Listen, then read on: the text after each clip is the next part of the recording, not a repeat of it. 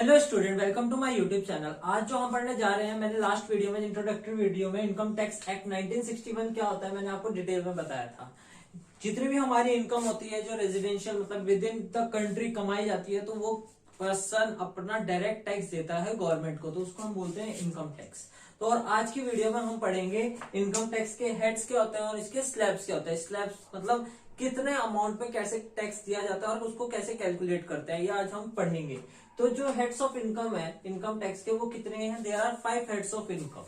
5 heads of income है। First is income from salary. Income from salary मतलब जितना हम सैलरी से कमाते हैं वो, ठीक है। Income from house property, income from profit and gain of business and profession, income from capital gain and income from other sources. ये हमारे 5 हेड्स हैं, 5 हेड्स ऑफ इनकम है।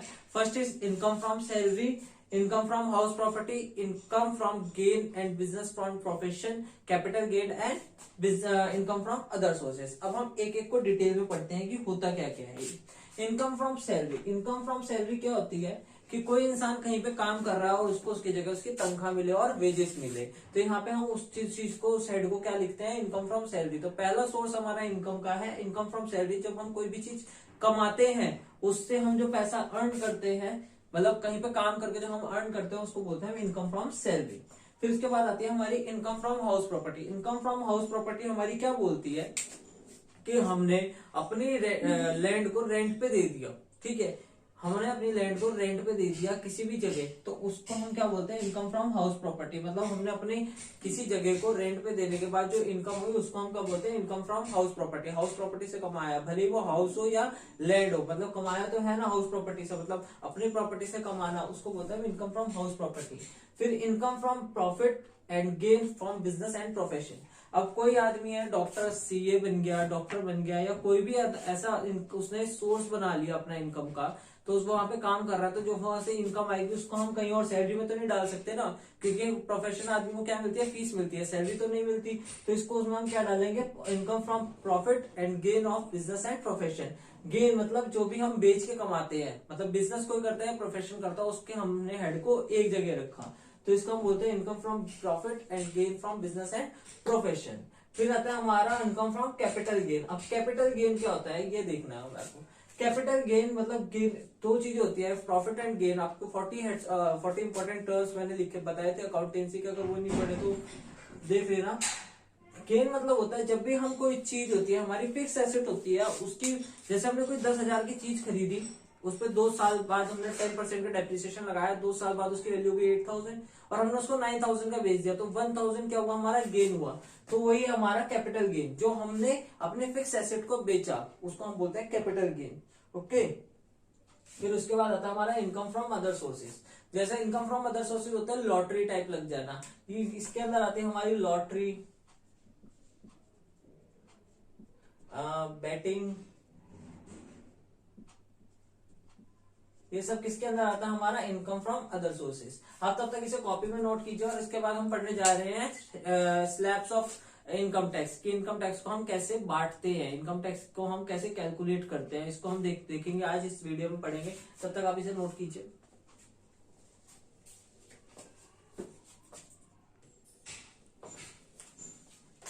तो स्टूडेंट शुरू करते हैं अब हम स्लैब्स के साथ। के स्लैब्स कितने होते हैं इनकम टैक्स के? तो ये स्लैब्स हैं आपके कि किसी भी इंसान की इनकम होगी वो 0 रुपए से शुरू होगी और अनलिमिटेड चलती रहेगी। तो जो जो डिफरेंट डिफरेंट स्लैब है कि कैसे हम कैलकुलेट करते हैं इनकम टैक्स स्लैब को, हम वो कैलकुलेट करना सीखेंगे आज। तो सबसे पहले हमें स्लैब्स का पता होना चाहिए कि कैसे कैसे स्लैब्स है। तो इन्होंने हमारे स्लैब्स को कैसे डिवाइड कर दिया कि कोई इंसान अगर 0 रुपए कमा रहा है, 0 रुपए से 2.5 लाख रुपए तक कमा रहा है, तो उसको 1 रुपए का भी टैक्स देने की जरूरत नहीं है, वो टैक्स नहीं देगा। अगर वो इंसान 2.5 लाख से 5 लाख रुपए तक कमा रहा है तो उसको कितना टैक्स देना पड़ेगा?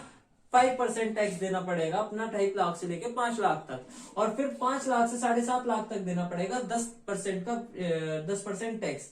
फिर 7.5 से 10 लाख तक 15% का टैक्स।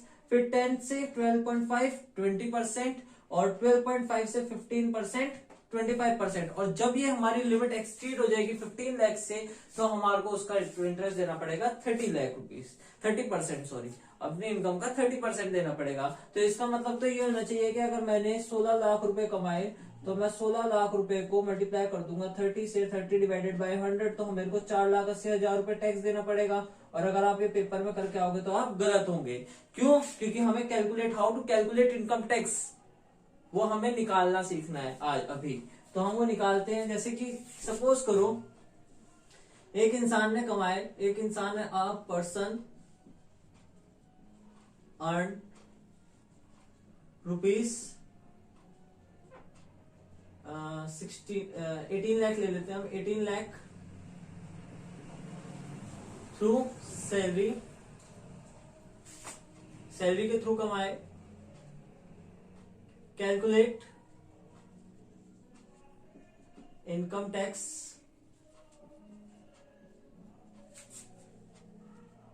Given by him. उसने कितना टैक्स दिया गवर्नमेंट को, हमें वो कैलकुलेट करना है। तो अब हम शुरू करते हैं अपना क्वेश्चन को अपने इसी सॉल्यूशन को शुरू करते हैं हम। सॉल्यूशन क्या होगा इसका देखते हैं।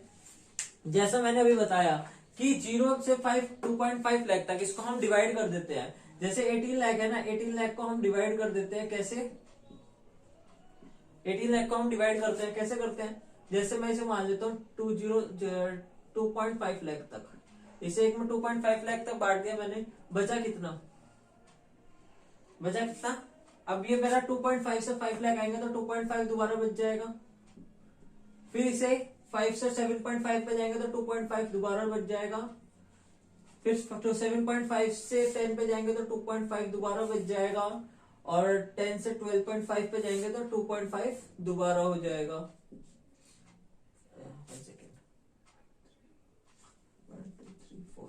ठीक है, अभी 12.5 से हम 15 पे जाएंगे तो 2.5 दोबारा हो जाएगा।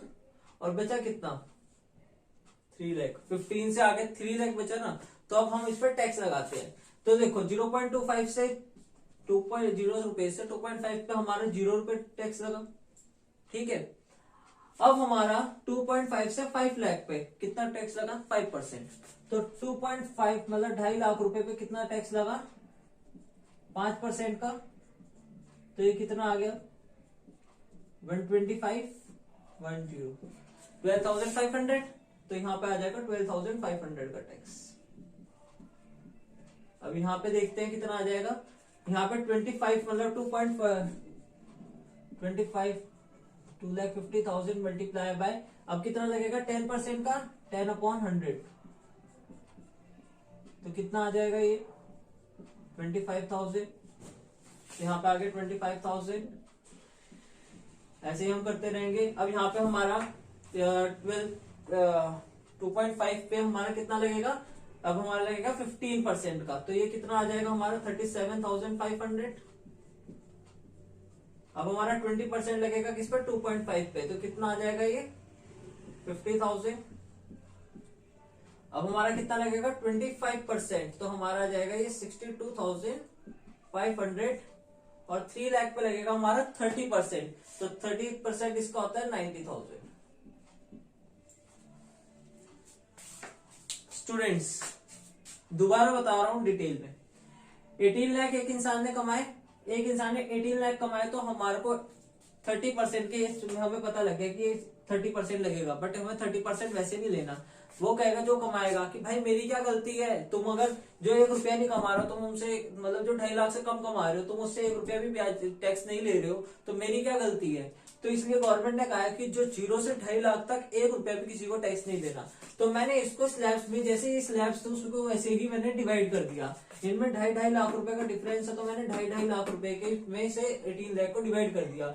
2.5 लाख, 2.5 लाख 5, 5 10, 5 15 और 3 18, 18 लाख को मैंने ऐसे डिवाइड कर दिया। अब 0 से 2.5 तक 0 रुपए टैक्स लगा। ठीक है, फिर 2.5 का कितना टैक्स लगा? 5%। तो 2.5 लाख मल्टीप्लाई बाय 5 मतलब 5% ऑफ 2.5 लाख तक, तो 12,500। अब 2.5 का 10% आया हमारा 25,000, 15% आया 37, 20% आया 50, 25% आया हमारा 62,500 और 30% आया हमारा 90,000। अब हमारा जो टैक्स निकलेगा, tax given by him, tax कितना आ जाएगा? 12,500 plus 25,000 plus 37,500 plus 50,000 plus 62,500 plus 90,000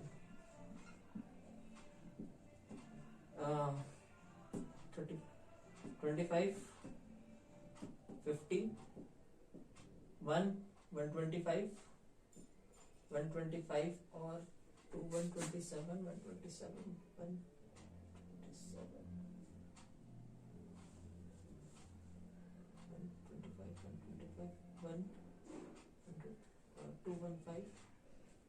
215 और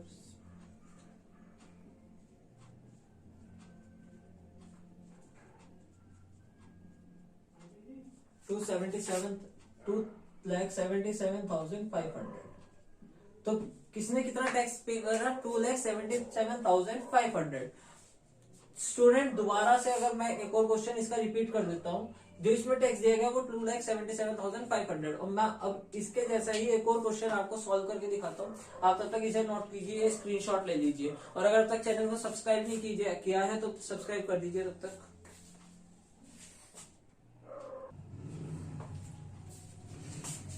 तो स्टूडेंट शुरू करते हैं अपना सेकंड क्वेश्चन के साथ। आपको ये वाला क्वेश्चन समझ के सारी चीज क्लियर हो जाएगी, क्रिस्टल क्लियर हो जाएगी।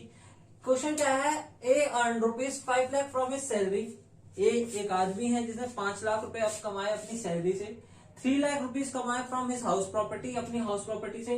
4 लाख कमाए अपने बिजनेस से और 7 लाख कमाए अपने कैपिटल गेन से। जो कैपिटल गेन हुआ उसने कुछ बेचा, उसके पास कुछ मशीन थी, उसने बेचा, उससे उसको 7 लाख रुपीज मिले।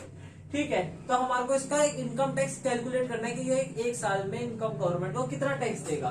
ठीक है, तो इसका सॉल्यूशन करते हैं हम। ठीक है, तो सबसे पहले हम टोटल इनकम निकाल लेंगे। Total income of A, total income निकाल लेंगे हम ए की, तो कितनी हो जाएगी? 5 लाख। ये सारी इनकम को हम कैलकुलेट कर लेंगे क्योंकि ये सारी की सारी उसने इसी एक फाइनेंशियल ईयर में कमाई। 5 लाख, 3 लाख, 4 लाख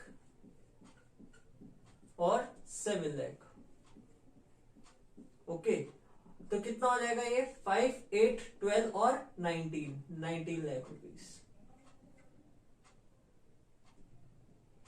ये ₹19 लाख इसकी इनकम आ गई। स्टूडेंट्स अगर आपको कोई भी डाउट हो तो मेरा इंस्टाग्राम हैंडल है आपके पास, या कमेंट सेक्शन में आप पूछ सकते हैं। I will tell you. और प्लीज, बहुत मेहनत लगती है वीडियो को बनाने में, तब तक चैनल को सब्सक्राइब कर दीजिए। अगर आपने नहीं किया, आपका कुछ नहीं जाएगा एक सब्सक्राइब करने में। ठीक है, 19 लाख रुपीज। और हमारे को इसका इनकम टैक्स निकालना है। तो इनकम टैक्स का जो रूल है कि मैं पहले 19 लाख को डिवाइड कर देता हूँ। ठीक है, तो सबसे पहले मैंने जीरो मतलब 2.5 लाख को अलग कर दिया। 2.5 लाख, 2.5 लाख, 2.5 लाख, 2.5 लाख, 2.5 लाख। और मेरे को ये तब तक करना है जब तक ये 15 लाख नहीं हो जाता। जब तक ये 15 लाख नहीं होगा तब तक मेरे को इसको ऐसे ही चलाना है। तो देखो 5, 10 और 15, ये 15 लाख हो गया। 5 लाख, 10 लाख, 15 लाख। ठीक है, अब 15 के बाद कितने लाख बचे? 4 लाख और बचे। तो 4 लाख को मैं एक साथ लिख दूंगा। अब बच्चों ये बताइए कि ये मैंने लिख दिया तो ये पूरा को पूरा हो गया 19 लाख। इन सबको कैलकुलेट करके हो गया ना। तो हमने इतना ही करना है और अगर हम ऐसे करेंगे तो हमारा क्वेश्चन कभी गलत नहीं हो सकता। ये 19 लाख हमारा हो गया। अब हम इसके बात करते हैं 2.5 लाख तक कितना टैक्स लगेगा हमारा? 0 रुपए लगेगा। ठीक है, 0% मान लेते हैं इसे, 0% मान लेते हैं। कलर थोड़ा लाइट हो रहा है तो शायद में भी ना दिखे आप लोगों को। ठीक है, तो ये 0% मान लेते हैं हम इसको, 0%, क्योंकि 0% लगेगा। इस पे 5% लगेगा, इस पे कितना लगेगा? 10%, 15%, 20%, 25% और 30%। ये हमारा आ गया। तो हमारे को अब इसका अमाउंट निकालना है यहीं से। तो कितना आ जाएगा? 2.5 लाख का 0% 0 रुपीज। 2.5 लाख का 5% 12,500। ओके 12,500। 25 लाख 10% आ गया। फिर कितना आ गया, 15% कितना हो जाएगा, 62,000 नहीं सॉरी 37,500। 37,500 20% 50 लाख 50,000 सॉरी, फिर 25 62,500 और 30% 4 लाख का 30% कितना होगा, 3 4 जा 12 1,20,000। तो स्टूडेंट ये हमारा पूरा का पूरा टैक्स, अब इसको हम कैलकुलेट करके हमारा क्या आ जाएगा, इसका इनकम टैक्स आ जाएगा। और देखो कैसे आता है, 120 180 230 260 260 260 280 290 297 297 304 306 307 307 500। तो स्टूडेंट्स ये हमारा आज मैंने जो आपको बताया है, आप इंपॉर्टेंट क्वेश्चंस कह रहे हैं जैसे मैंने अर्लियर वीडियो को बनाया, तो तब तक आपको इसका बेसिक पता होना बहुत जरूरी है। उस टाइम जो मैंने वीडियो बनाई थी उनके सिर्फ एमसीक्यू ही आने थे, बट आपका पूरा टेस्ट होगा, पूरा एग्जाम होगा, जो आपका 8 तारीख को एग्जाम है HNB वालों का, आपका जो एग्जाम है उसके हिसाब से मैंने बता रहा हूँ आपको कि आपका तो पूरा अच्छे से होगा ना। तो आप तुरंत वीडियो देखिए ध्यान से, अगर आपको वीडियो में कोई भी डाउट हो तो, और आपके इंपॉर्टेंट क्वेश्चन में इसके बाद कल आपको मिल जाएंगे। वो मेरी हेल्थ इशू था, इस वजह से मैं वीडियो नहीं दे पाया, ठीक है, बट अब आपको कल या आज शाम तक एक और वीडियो मिल जाएगा इनकम टैक्स का। तब तक आप इसके साथ जाइए। Thank you so much for watching this video.